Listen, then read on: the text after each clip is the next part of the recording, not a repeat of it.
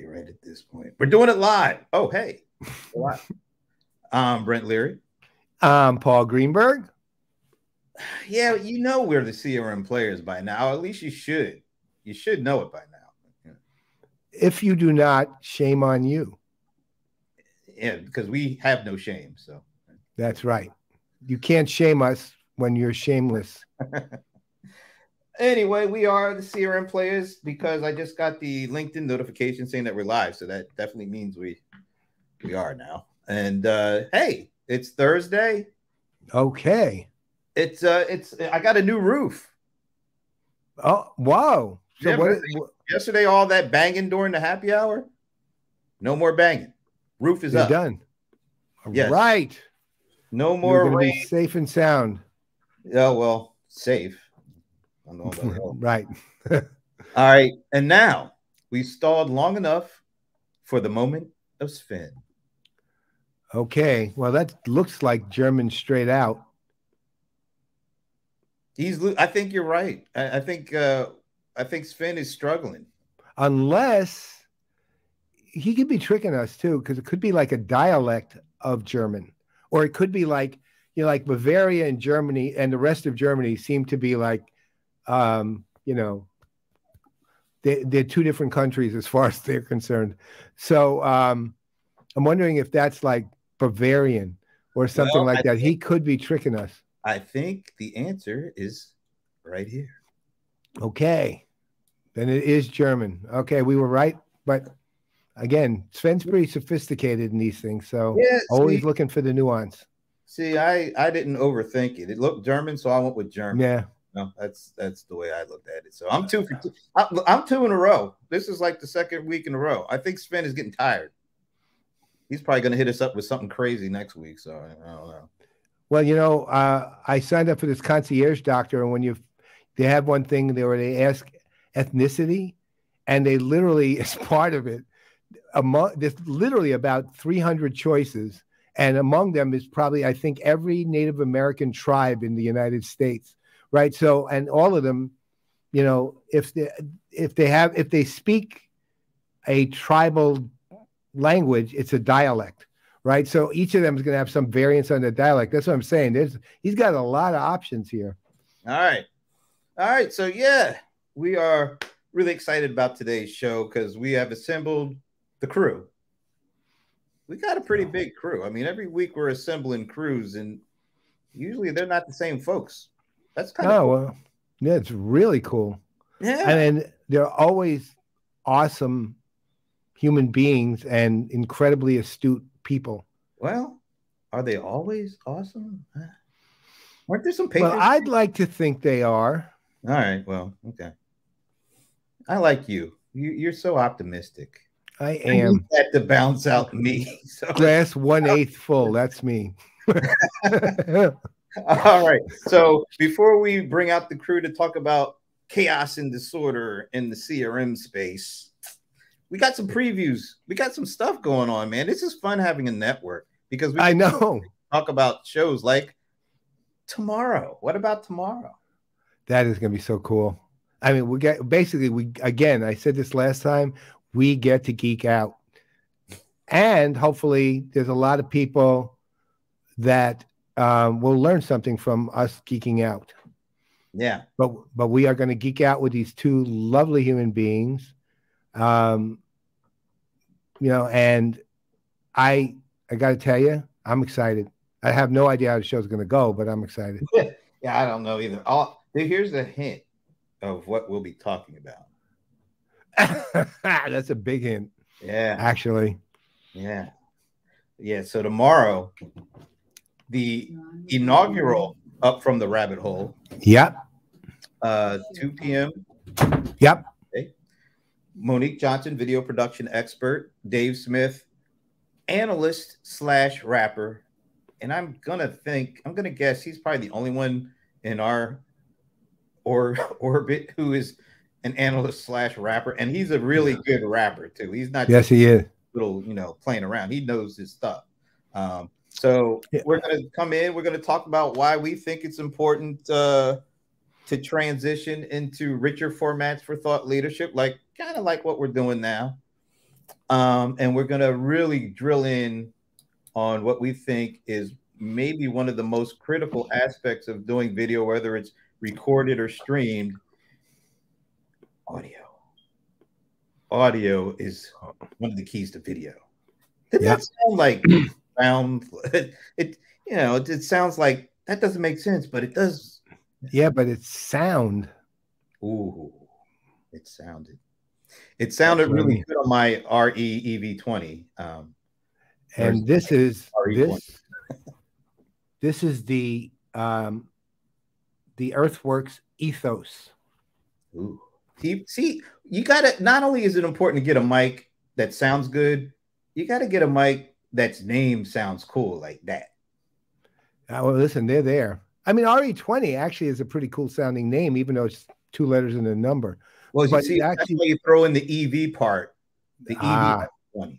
Yeah, that adds that kind of electronic and voltage and just EV is just a smooth term. Yeah.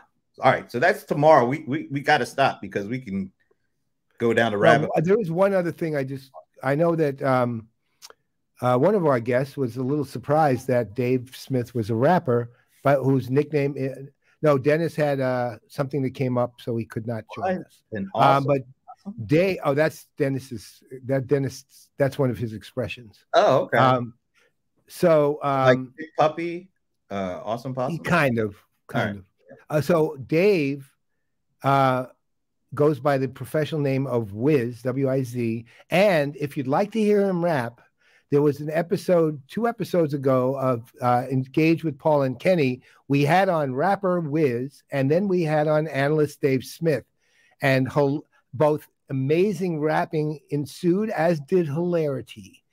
So I would go to the PPN website or go to the YouTube channel, and you will find that episode and watch Dave, and you'll see a clip of him rapping for about 3 minutes. All right. We got to move it along because one of our guests has to move Boogie. So real quick, Monday in the hot seat, the next episode. I like this. The widening gap between digital buyers and analog sellers. And look who they have as a guest. I like his title. It's John Flynn, sports nerd at Microsoft. Look at what he's hawking there, though. Azure for sports. Azure, yeah, he does a podcast. He's like the AI sports guy at Microsoft. So that's cool. Gonna be really cool. I can't wait to. It sounds like a guy we should have had on our show. They scooped. I know. Him. We've been scooped on our own network. That's Jesus. That is so. I'm ashamed. I actually can be shamed. Yeah, right. Well, I'm ashamed. We got scooped. All right, so that's Monday at 1, and then a brief word. Premiering March 3rd, 3 p.m. Eastern. No BS. See, I wish the graphics came along better in StreamYard. That does not look anything like the image that I put together. But anyway, no BS with BS or with Bob's. That's kind of. I will not reveal. I know what the show is going to be about. We will not reveal it yet. Stay tuned, though. You will hear. And last but certainly not least, we've assembled the crew. Now, you can't give your full-throated, venerable introductions like you usually do because you just don't have enough time. But just a quick intro for our cast. All right. Well, I'll just go right to left in this case, being Jewish. That's the way we do Hebrew. Right. So Martin Schneider, here's the thing. Martin's back at he's at Nuidus Research. But what's interesting with Martin, he goes all the way back as an analyst, did a lot of time at vendors and back into the world of analysts. And I'll tell you, he's pretty much brilliant at everything he does. Right. He's been an evangelist. He's been at 451. He was an analyst. He headed up research. He's heading up analyst relations, not analyst relations. He's heading up research, and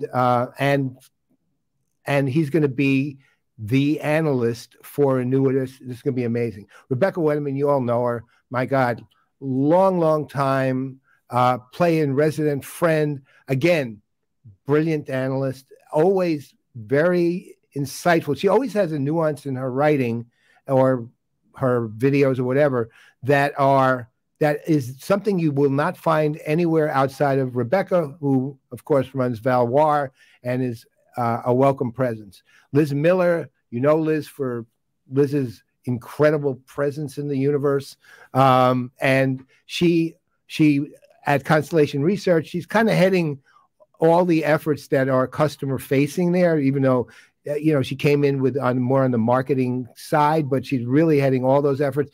Liz is extremely well loved, extremely well respected, and her presence is known clearly all the time and has a great sense of humor. And then, of course, Anand Thaker, another player in residence, but also he's been a regular friend of this show at every level. He's been an advisor to us as well as a guest and a thought leader.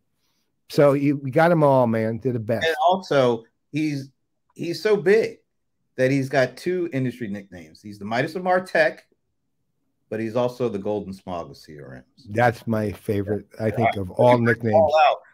We need that cast of character music. That not that this is a circus or anything, but here they are. Here they come, folks. Here they come. There they are. Yeah. All of you have to come out of a Volkswagen now.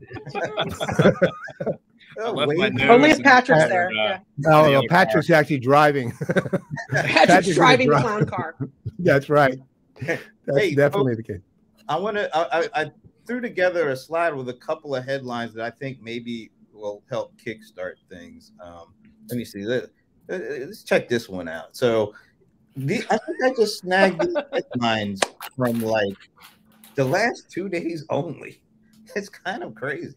Google Labs Google Labs VP exiting to form AI startup with Brett Taylor.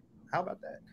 True beneficiary at ChatGPT is C3.ai, not Microsoft. Interesting. Oh my Lord. Activist third point said to own. So another activist apparently is taking a little piece of Salesforce. Apollo just announced literally like an hour ago or something that they're laying off 20%. That's Yahoo for everybody who don't know. Zoom yesterday 15%. And Alphabet shares dive after Google AI chatbot Bard flubs. Yeah. And then the last thing I think I have, let's see, where is it? A tweet from Mark Benioff yesterday announcing Einstein GPT. So that's a lot. And in addition to all the other layoffs that, the news and all that. So it feels like there's a lot of chaos, maybe a little bit of a disorder, not a disorder, just disorder. Just so many things going on, from layoffs to this groundswell for large language systems and modules and all that kind of stuff, or you could call it part of what ChatGPT is, but it's not just ChatGPT. All these companies are now coming out of the woodwork with their own editions of it. Microsoft seems to have done the best job of capturing the market, associating it to Bing. I think even Microsoft, what's that browser they have? It seems like that might actually get some new. Edge. They did. I actually checked it already. We all had. When's the last time anybody used the Internet Explorer or any other Microsoft browser? But apparently, it's not only is it bringing Bing life, it's bringing Edge and other things, and all the other stuff that's going on right now. And it's getting integrated into Viva Sales. It seems like they really had a game plan. But anyway, I don't go too far down here because I want to ask each of you, with all that's going on, and you guys have been around, the block a time or two, Patrick included in that. Maybe you even walked them around there. Yeah, that's right. He gets walked around the block a time or two.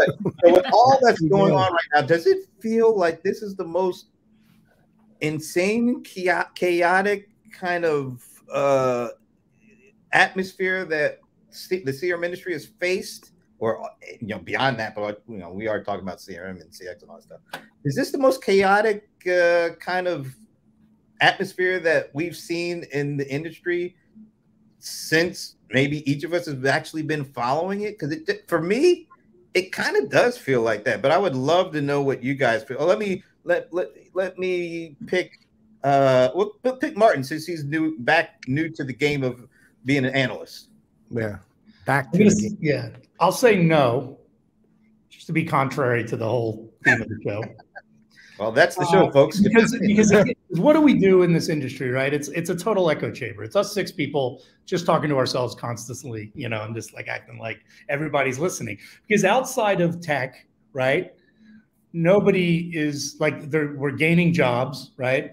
The economy's growing, everything is good, right? So if you actually look at, what CRM is actually being done and its actual utilization in a horizontal way, it's business as usual and things are good. It's just the actual companies that are creating the software are going a little nuts right now, right? And then people are kind of losing their minds about ChatGPT. So it's a little bit of a wrinkle. But look, man, like the only thing is everything gets faster. So when mobile started to go like big, and everybody was saying, how do we shrink Siebel into a phone, right? And people were losing their minds. And before that, well, how are we going to have, all this data somewhere that we don't own? And people were losing their minds, right? So, we have a little bit of selective amnesia with this stuff. So I think it's interesting times right now, and it's obviously a lot of opportunity. But when we look at like what's been going on with let's call it headcount and shareholder value, whatever. Outside of that, it's not that crazy. As always, it's like we look at new channels and we look at new ways of consuming insight, right? Or creating insight and value for users. And this is just new stuff there. So I don't think it's all that crazy. It just seems like it's a weird time because all this is happening. Maybe a couple more things are happening at once, but I think it's just business as usual. Anyone else? Liz? I feel like it's like crazy as usual. Listen, I feel like we've lived this movie. Like we've lived this movie before. The last time it was called that NFTs. Oh my God. Like remember like last year or right around this same time, everyone was like, NFTs are the metaverse. And oh my God, it's going to be so mind blowing. And we all got to go mint. Right. We got to go mint our own NFTs because that's what's going to save us in the metaverse is I own a Dorito. Like it's the same kind of hype cycle that's happening. And I kind of like, we just all got to experience it in different ways. Like maybe CRM didn't have to experience it because like no one was sitting there going, oh my God, like how do I create a cell and a data line for an NFT? But I think the rest of the CX space kind of decided to lose its mind a little bit when we all went like metaverse, like glitter cannon. And everyone that decided that the metaverse was synonymous with NFTs. And so then everyone came out with their own NFT minter. And that was going to be the new future of engagement was going to happen on NFTs. And I think we've kind of seen the same thing happen with ChatGPT, right? ChatGPT is like the NFTification of the metaverse. And I think for those of us who can step back and be in that business use case mindset for just a second, what we've started to see play out is that NFTs were cute. No one understood what they were and everyone got pissed off about them. That's cool. It was a palatable entry point for the mass stream of consciousness to be like, oh, there's this new thing about like owning something and having that data be different. And maybe I should go and investigate that. And so that kind of NFTization got people talking about the metaverse and data and blockchain and storage in a very different way. We're seeing ChatGPT kind of spark the same thing, except it's happening on a massive scale as people are realizing you can go ask it things and it's actually pretty darn good about what it does for this massive language model. But I think the danger that we run into is if we all keep running and chasing the shiny thing, right? Like, oh my God, I'm going to call everything something GPT now. Like slow down, everybody. Like it doesn't have to be service GPT. Everyone calm down. But I think that there's a really important conversation to be had here because what it is it's AI getting lifted off of the lab experimentation floor and being applied in really meaningful ways that don't just help us as the organization. It's actually helping our customers. It's helping our customers communicate the way they want to communicate and us finally having the systems and the tools to be able to bring all that in and listen in a very meaningful way. So I think that like it's awesome chaos because we've all been trained that data is chaos. So like, yeah, bring it on. It's awesome, cool chaos. But I think it's more about people kind of for once realizing, wow, AI isn't necessarily trying to take my job, but it is sure as heck taking away the fact that I got to write 19 please don't contact me with your irrelevant sales pitch on LinkedIn emails, because I can just copy and paste the one I got out of ChatGPT and deploy that as my like rote answer. Last thing about layoffs, that feels chaotic, but it's really an answer to our chaos of ramping up during a very unnatural sales cycle. The pandemic gave us this like frenetic sales cycle of, oh my God, everyone's growing. Oh my God. And so we applied this old muscle memory of how to hire when sales start to explode. We forgot that there was a very unnatural coronavirus out there impacting how a lot of that would happen. So a lot of these layoffs are really an answer to that. They could have been a lot worse because we added 50% of sales teams, but we're cutting back 10%. So I kind of always look at that extra 40% of people who kind of grew over the past year and think, these could have been a lot worse. The chaos could have been a lot uglier from the human side of this. You know, I think the other thing too that we forget living in the CRM bubble is that CRM changes more quickly. If we think about the whole tech stack, right? CRM changes more quickly than any other piece of the stack, right? No VP of sales goes into a new job and says, oh, we got to change the payroll system, right? The VP of HR, it would blow their mind to think about having to invest in technology, right? Every couple of years, right? CRM is the first to the table in a lot of ways with things like ChatGPT because we've always been the fastest to change it. Right. Because we have a lot more appetite to swap things out than the other pieces of the tech stack do. So that, with that said, there's still a lot of pockets of old stuff out there that people seem to have the appetite now more than ever to say, A, can I rationalize it? B, can I do something better? And so, yes, the layoffs are a pullback, but there's a lot still going on out there, and it will continue to go on in the CRM space because that's what we do. That's why SG&A is such a big percentage of what everybody spends to run a company. Yeah. I have one word: mushrooms. So I that has a lot of meanings. I don't know. So don't do that on the show. So I'm looking at this from a very innovative and business standpoint, right? Like in terms of the marketplace as a whole. And I'll take a different point that CRM isn't necessarily the most changed item in a tech stack. It's a lot of other pieces that certainly do, especially when it comes to productivity and productivity elements. But what ends up happening in this industry, we're going to see a lot of newcomers who, we always see this, right? Newcomers create a lot of noise, and then they start to impact everything up the stem into the top of the mushroom. And in there's this constant churning that happens as a result of it, of trying to figure out how to continue to grow and how to expand. And so we're going to see early stage folks hit mid-stage folks start to hit up later state or later up the stream in terms of more enterprise. So we're seeing I agree with a lot of statements that have been said today, and I think that there's this element of the shakeup that's necessary, but also there's always been this kind of constant push, and it's moving faster, and it's creating a lot of the healthy chaos that's really necessary. And so I think we've all seen this play out before. I don't think we're gonna, it's just that we are in the midst of this chaos, and there are some catalysts like the layoffs and the COVID, and certainly AI, and sort of the NFT pieces. But at the end of the day, we are a business that tries to chase and tries to make sure that where the customers are is where we need to be in order to close those particular opportunities. Because if they aren't the case, or if we are not there, then those companies are left behind as a result of it. So I feel like we're going to see a great deal of, opportunities for consultants and, to make those transitions happen. We're going to see a lot of new companies start to emerge. I mean, obviously the Brett Taylor and the former Google poor guy, like no one knows his name until they know that's the other guy for Brett Taylor, but I'm sure we'll know his name. The other guy. We're going to see the other guy. So we're going to see a lot of, Brett. We'll see a lot of interesting opportunities that are going to come up as a result of it. And a lot of the larger companies in the CRM space are going to need to calm down a little bit, and they're getting a chance to do that as a result of it, and then start to think about, okay, where the pieces fell, and then to kind of go after those. It's going to be all about market share. Aside from mushrooms, it's really going to be about capturing a lot of market share and who can do that and gain ground during this sort of open field, as I would call it. Look, I mean, Thomas is chaos. That's the answer. Yeah. What's that?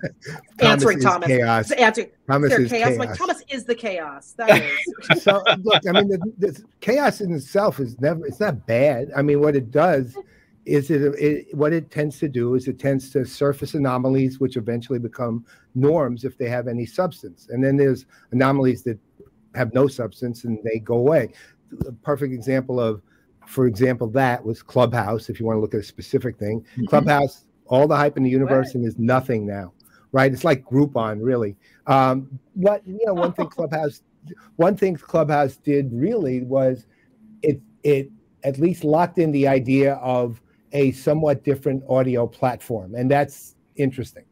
You look at social CRM back in 2008, and it goes to Rebecca's and your point, actually, Anand, which was social was first adopted outside of social, pure social, was first adopted on the enterprise or business scale by CRM.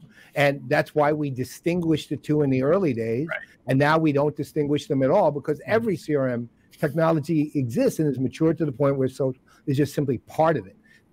Now, of course, we're seeing it with AI, and the value of this is not going to necessarily be ChatGPT, which to me, just at this stage, is not even a tool yet. It's just a giant toy, right? And that said, however, there's going to be value that emerges from that. You already see, to Liz's point, actually everyone's point, which is that this is going to solidify and elevate, to Liz's point, the AI to where it becomes important to everyday use.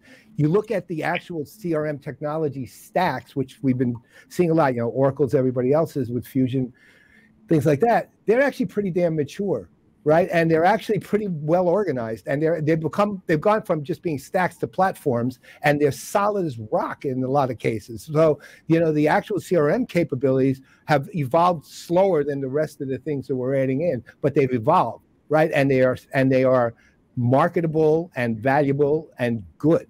Now, the thing that makes it seem more crazy than it is was the layoffs. Not because the layoffs happened, but because of the way they got handled, right? They were by very few companies were they handled well. Some of them were relatively nondescript, some of them were disasters, and one or two handled it pretty well and made sure that everyone knew that. But for the most part, they're layoffs. Time out because Liz has got to go, and I wanted her to get a parting word or two. Well, I agree with everything that everyone's saying. I mean, it's that point, right? But I also think that the reality here is you're right, Paul. These things have been handled poorly, and if you bring those two conversations together, of AI has been handled poorly because we've assumed that it was some magical silver bullet, like it was the literal magic mushroom that Anand is talking about, where everyone was like, oh my God, it's gonna solve everything, right? But then they didn't train it with data. They didn't understand what was going on. Like they didn't understand it was actually like a model. They were just, like it's I have to go get it because it's going to solve everything for me, right? And it didn't. So now ChatGPT has kind of renewed these strategic conversations. And I think that's the thing that's so important and differentiated about this time, right? Is because like CRM, and to Rebecca's point and to Anand's point, when CRM is thought about as a tool set or a stack, it fails. Why? Because no one talks about it, as Paul rightfully has written about many times, because you have to have that strategy there, right? If you don't have a strategy about what CRM is, you are just going to keep buying really expensive toys and wondering why your sales team won't use it, right? Then you get into the old conversation, Salesforce automation, right? Like the old conversations keep coming back. I think that with AI, because we're on we're on an AI timeline, because we're in a digital timeline, right? So we're trying to iterate, and we're trying to iterate quickly. But these conversations are the ones that are really important. Do you have an AI strategy? Do you have a data strategy that goes around with it? And who are you applying AI in service of? Is it both for the customer? Is it for the employee? Is it for both? Is it for profitability? Those conversations have to happen both at the team level and the board level, or we're still going to be running around wondering which NFT we minted yesterday, right? Yeah. It's going to keep in this constant stream of cool thingness. And I think the important thing that's happening is, as we're contracting the talent pool, while we're still trying to figure out how to do all the things we have to do to grow because of the reality of an economy and this growth curve that we're on, we are going to have those strategic conversations, and we have to rethink what our CRM strategy is and ask the hard questions of, have we made this a tool strategy, or do we really make it a customer strategy where the relationship comes first? Because that's when AI gets really cool and interesting, is if we've really taken this as a relationship strategy. There are all sorts of ways, whether it's ChatGPT, whether it's something like generative AI on images. We have to really have that conversation of, who is this in service of, and what are the things that they need and want, and then what are the cool things that we can and can't give, and that all then bubbles up into what that CRM strategy is. Timeless and so advice. With that, I take my ninja things and leave. 3 amazing people, But I will tell you guys later. Bye. Timeless advice, Liz. Thank you. Tell everyone hello. Yep, I will. Wakanda forever. Yeah.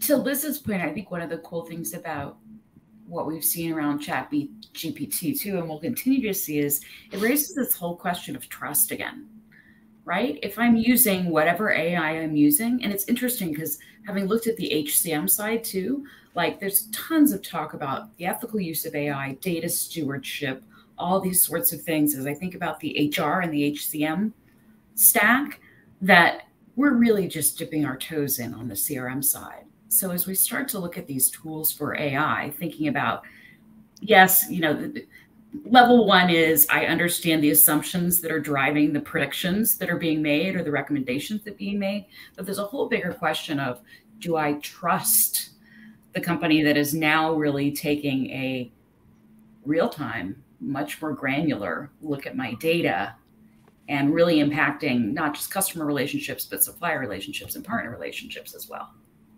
Agreed. This is my 3rd generation of AI, like in terms of either building on it, working on it. The first time I needed a PhD to help me work on, these modeling of energy grids. The second time was building software in terms of making some decision intelligence, types of things, which were a little ahead of its time. And then more recently, the advancement of AI has gotten to a point where I've got a stack of notebooks of methods and systems for AI. Half of them are irrelevant, or my 8-year-old can code 2 lines of code and be able to produce very productive, very interesting outputs that can be very useful. And to Rebecca's point, it's just one of those things where when we see more people use those components and to Liz's point about how it's being used, but as those pieces start to get used by more and more people for a variety of reasons, then we'll start to see more of the space itself, the CRM space itself, start to adopt them in very similar fashions, because it's trying to resonate with the same work productivity or work cadences and solutions that a lot of the people that are coming in. So I think a lot of people who are out right now, unfortunately, from the layoffs, they're going to probably spend a lot of time understanding how to be the most productive potential employee, and AI is going to play a part of that.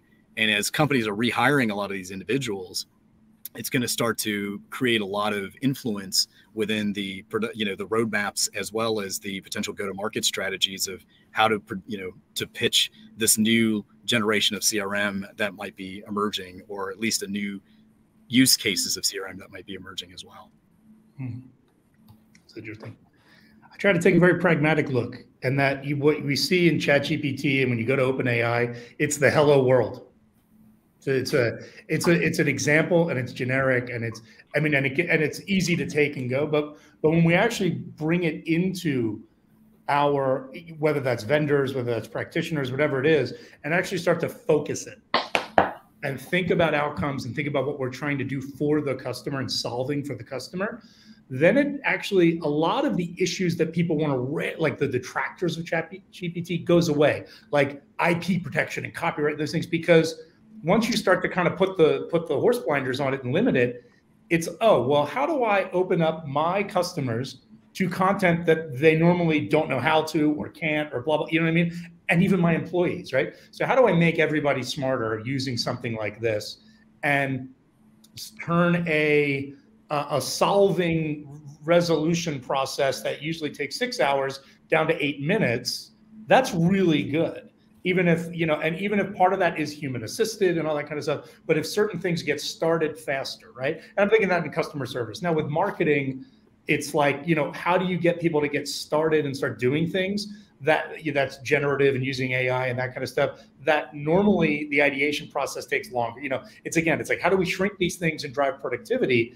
And these use cases, it's like, it's amazingly valuable and productive, but it's nothing like the open wide world of like scary stuff that everyone who rails against it, brings up. Like all the cons kind of go away when you actually limit the big language to our stuff, right? And you start to figure out, oh, well, this general use case doesn't necessarily need to like one-to-one apply to what we're trying to do, and take that. So I think there's a lot of really cool things that we're going to be doing with it once we just stop worrying and start loving, kind of thing. Sounds like a Dr. Wow. There you go. Wow. Love the bomb. Good job, Martin. Good job. That goes. Well, I'd love to pose a question. Go ahead. I wanted to pose a question about, I guess the Midas part of me is kind of kicking in, but, where all do you, I've got an opinion, but I wanted to see if everybody else had a thought first, is the money aspect. Like, where are the returns coming for AI that you're seeing, right? In terms of whether it's shareholder value, whether it's sales, whether it's greater margins, whether it's bigger salaries, just pick and choose. But where do you all see, the potential true investment, seeing greater returns, in AI today? In service, it's cost to serve, right? I mean, in that regard of, how do we, how do you optimize headcount by, having them do things that are much more meaningful rather than mundane? I think with marketing, it's, bummer for the agencies, man. But like, you start, content agencies they're either gonna have to figure it out, or the companies themselves are gonna start doing it.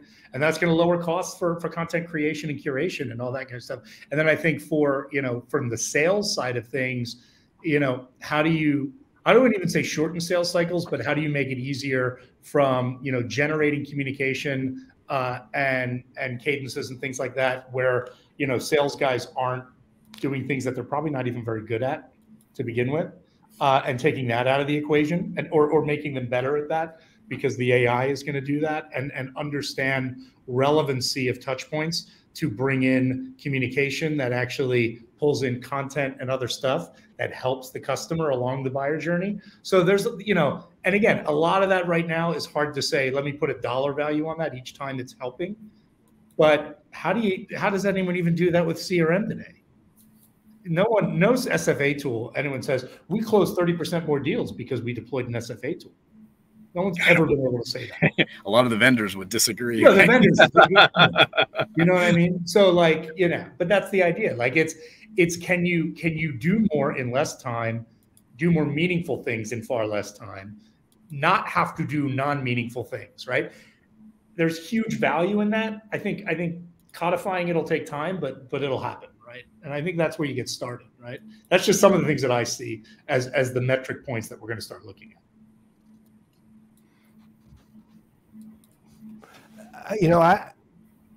I mean, basically, it's the reason I'm sort of reluctant on AI is, at this point in the history of AI, so to speak, it's being used relative to what now expectations are for pretty low level things, right? I mean, in other words, it's being used like right now, the expectation is it becomes this vastly communicative thing, and I remember before Google messed up so badly that they were calling the engineer Google called the AI sentient, which is definitely an exaggeration.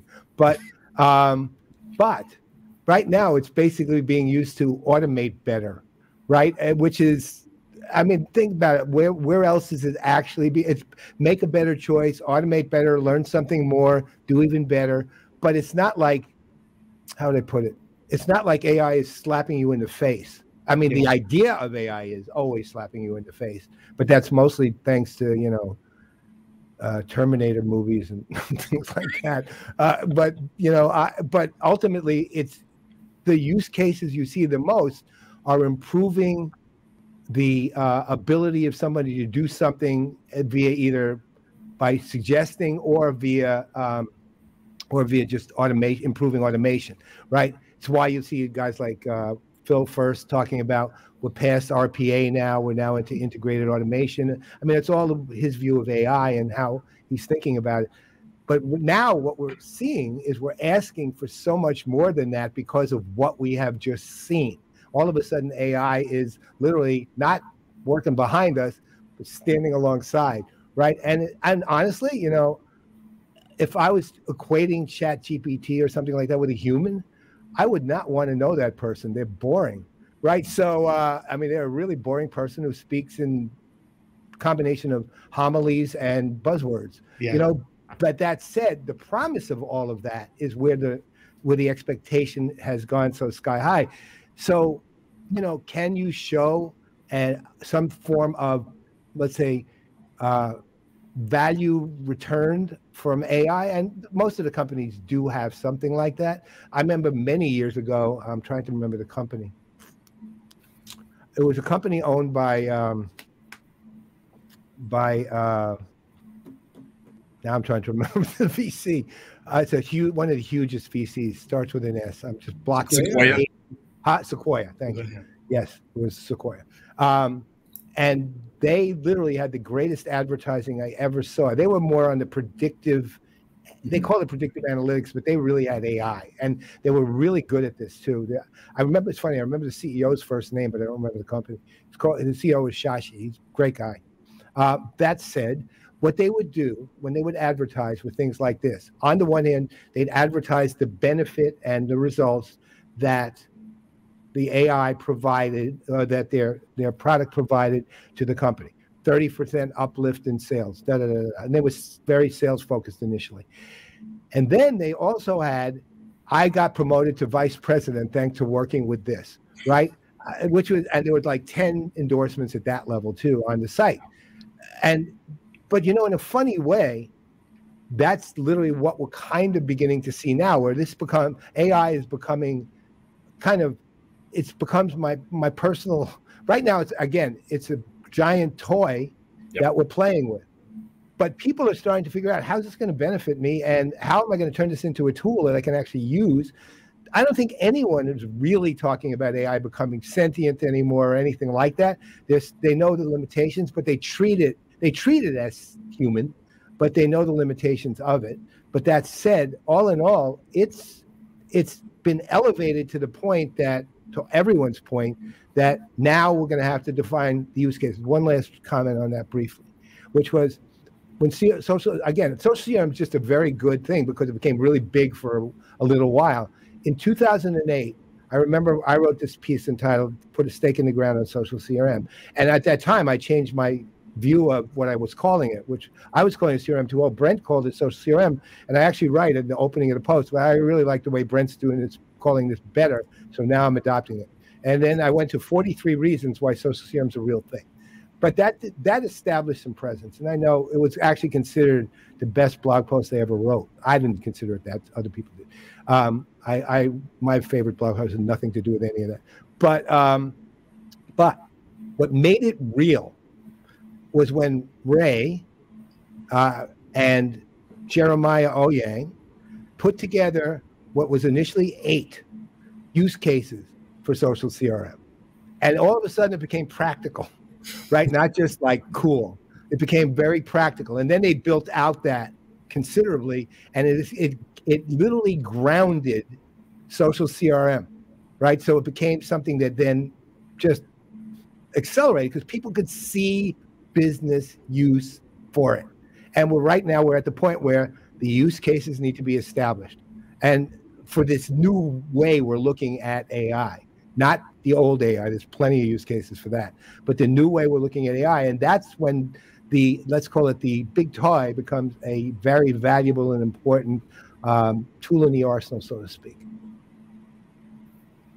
Yeah, totally. I think that the productivity piece is, I think, going to be the measure that a lot of companies and a lot of people are going to find value in this iteration of AI, where, you know, it's not going to necessarily, I mean, it may or may not, depending on the work you do, it's going to accelerate your ability to take care of things that you wouldn't, whether it accelerates ideas, it accelerates your responses, your engagement, makes you a little smarter in terms of how you might want to take care of things. I mean, it's helping us write already better, right? Yeah. Except for me, because I still can't write worth crap. But at the very least, I think these acceleration points, right? And Chat GPT is, I like your analogy, Martin. It's the hello world. I mean, if you look at what the next modeling, the natural language data set, and it's escaping me what the actual term is called, but the generative set that's coming around for the fourth generation of that iteration, it's massive. They only went to 2019 for this one, and ChatGPT is just a tiny sampling of what that thing could potentially do. But the ability to tap into that has gotten, for the lack of a better phrasing, the democratization of it, right? It's easier for us to get into it. I think it's going to create a lot of interesting cases that we haven't really thought of. And as always, when there's a lot of chips in the air, then some are going to fall, and we're going to go after those, and then we're going to gravitate around that very, very quickly. And we'll see this, CRM industry kind of take hold from those lessons learned, whether they came up with it or it comes from other places. So I think we focused a little bit on ChatGPT today, but thinking kind of about the broader AI space, you guys have all said, this is about scale, this is about acceleration. Keeping in mind that is only as good as the data and the model we're training it on.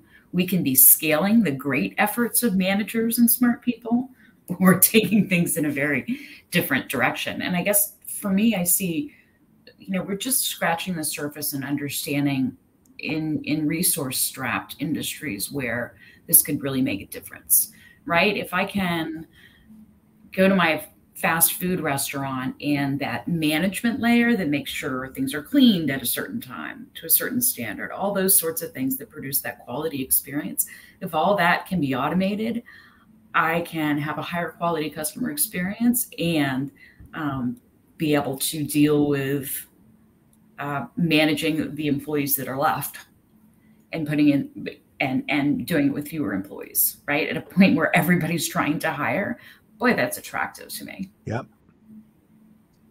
I was just gonna maybe take a step back. There was a couple of articles, an article a couple of weeks ago that talked about could Microsoft, with its, I guess, investment in OpenAI, be creating an iPhone moment.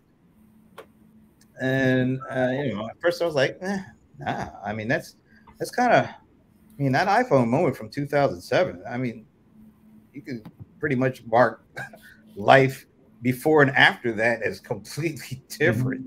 You ever watch a movie from before then, and they're using like a flip phone? They're like, what's wrong with you? Oh, maybe 2007. No, it's actually, where can I get one? Because I want to go back. But it's like, if all this kind of excitement right now, that excitement is based on typing in questions and getting responses back, and until this thing gets to be in a phone, where you can use your voice and natural language, not naturally typing language, but actually just speaking. Will it get as chaotic and as disruptive as everybody is thinking it could be? Because to me, the iPhone moment is until you can, and I'm surprised Apple and Siri and the A word and why they weren't the first ones to actually get this to the masses like it seems to be going. But until it's able to be in a phone and able for us to like communicate like with real human, not just type in stuff, but actually talk, can it get to be as chaotic and disruptive as people are banking on? That's a good point. I mean, whatever way you look at headless, I think that's where it's going to really take off, right? And that means different things for multiple points of view and points of use, and who's the provider versus who's the consumer. But I think that's going to be a really interesting inflection point, Brent, because that's, how do I you know, instead of like, how do I send a AI generated voice message that gets responded with a voice message? You know what I mean? Like, remember when they used to show like the old AI thing was like, your flight's been canceled. We'll text back and write me back a bunch of stuff, and maybe we'll redo your flight. You didn't have to talk to a human, right? And that was kind of neat for the time. But what's the new version is, it's a voice message that then you send back a voice message, and then it automatically just, you have a boarding pass, right? That's like the next version of that, right? In this world. And I think, you know, I think you're kind of right, but I use that term like headless, you know, so that I think is going to be really an interesting inflection point to see this, you know, really proliferate in like way more different use cases that are where the model gets controlled. Like we, you know, and I was talking about and taking that hello world moment to like, okay, well, we've shown this is really cool, but like, how do we train it against this use case? And only this use case when you're in this little channel, right? And in this type of thing where it's not just like unleashing havoc into like everybody's stuff, right? So I think you make a good point when it becomes like highly accessible and like seamless, where it's not like, hey, come here and then start typing this stuff in order to do something, when it's actually inside the flow of whatever the process is, whether that's, you know, you want to call it a buying process, a service, you know, whatever those micro processes, you know, micro journeys, whatever they are. I think voice enabling it will really unlock crazy proliferation of use cases, but also acceptance, right? Because it's always, what's in it for me? What makes it easier for me to when the benefit outweighs my potential distrust? That's when it just goes crazy, right? And that's where, you know, that's where we've always been, you know, when it came to like, and that's how marketing works, right? As soon as you're like, you know, as soon as I feel like I'm getting more than I'm giving, I'm fine with everybody knowing everything I like and everything I've ever done, everywhere I've ever been, everything I've ever bought, right? And because that's the reality, right? So that's the same kind of ideas. Once it starts really helping everybody with everything they've ever thought was a pain in the butt, they're gonna, you know, it's just gonna flip. The script's gonna, you know, and it's off to the races at that point. But I think voice and like seamless embedding into common experiences, touch points, whatever you want to call them, I think that's going to be a big part of it, of the real iPhone moment, right? I imagine a challenge, and this is what Rebecca was talking about earlier, is the data, right? So just because you have an intelligence right now, like the reason Siri and all these other A words and, you know, the other things without triggering everybody else's devices there, right? The reason they aren't as up to date is because they have to go back to a centralized, you know, so there's a bandwidth matter, a centralized data resource or a data hub, right? In terms of being able to pick up that data and then come back with an answer. Well, I don't know this answer, but on the web, it says, you know, X, Y, and Z, or, you know, if you can get Siri to even talk to you, then, you know, it's related to either data that's on your phone or say in, you know, in sort of the cloud, you know, areas of the cloud. So I feel like until there's that data portability, this massive scale of, you know, putting either all that data and then the intelligence and then having this learned intelligence that's very portable, because we're still bifurcated a little bit in doing that. Otherwise, we won't have real conversations. We can't, because it has to go check with mommy all the time to figure out how it should respond in the first place. Yeah, I think that's a real problem. And so, yeah, Rebecca, you know, brings us back to something that we keep forgetting is it's got to learn from something. And so we've got to figure out what it needs to learn from.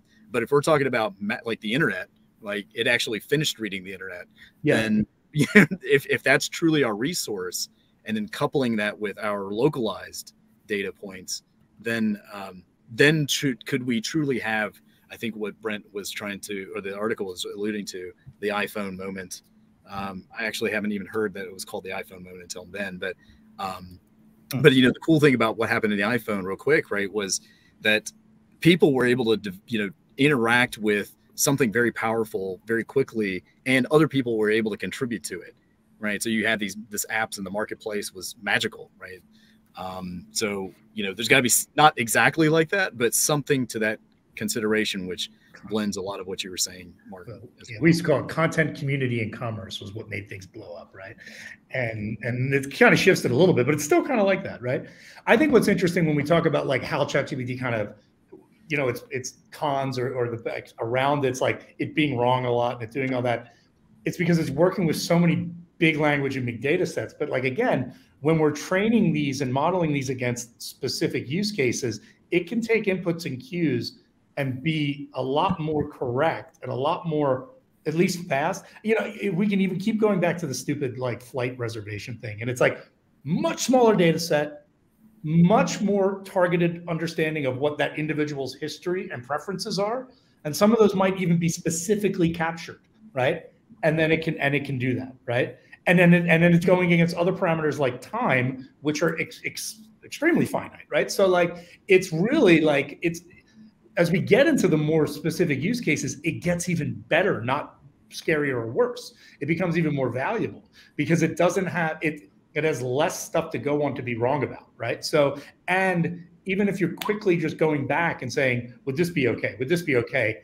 Because you're prompting rather than pulling from a customer, and all they have to say is yes or no, you're creating a good experience that actually can provide value rather than, you know, trying to talk to a human and then sitting on hold and being annoyed because you can't be doing anything else. But if I'm literally like walking through the airport or walking down the street or just sitting at home and I'm getting, you know, voice texts and I'm responding to them, that's a better experience. So I think it's the upside is all over the place, especially as we limit the data sets that it needs. Because it's like, it's just like a human, right? We learn in our world and then we apply that to the job, but it's not everything, right?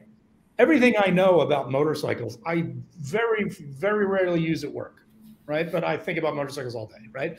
But it's helped me to keep my brain moving. Do you know what I mean? And ChatGPT is the same way. It's like, it's this big person that is then going to be used, that big knowledge into specific use cases where it'll be less likely to make mistakes, both because of the specificity of what it's doing and the smaller parameters, but also it's learned a bunch over time in a generic sense. So we're just scratching the surface now. So, you know, another PSA, it gets better. You know? So. Wow, what a positive note to end on. It gets better, folks. It gets better. Awesome. Well, that's a great note to end on. And I know there's some folks that have to drop off, but man, as always, you bring a bunch of smart folks together and their better halves, you know, their pets. And we usually have these really great conversations. So with that said, thanks to Martin. Welcome back, you know, from the dark side. And of course, our players in residence.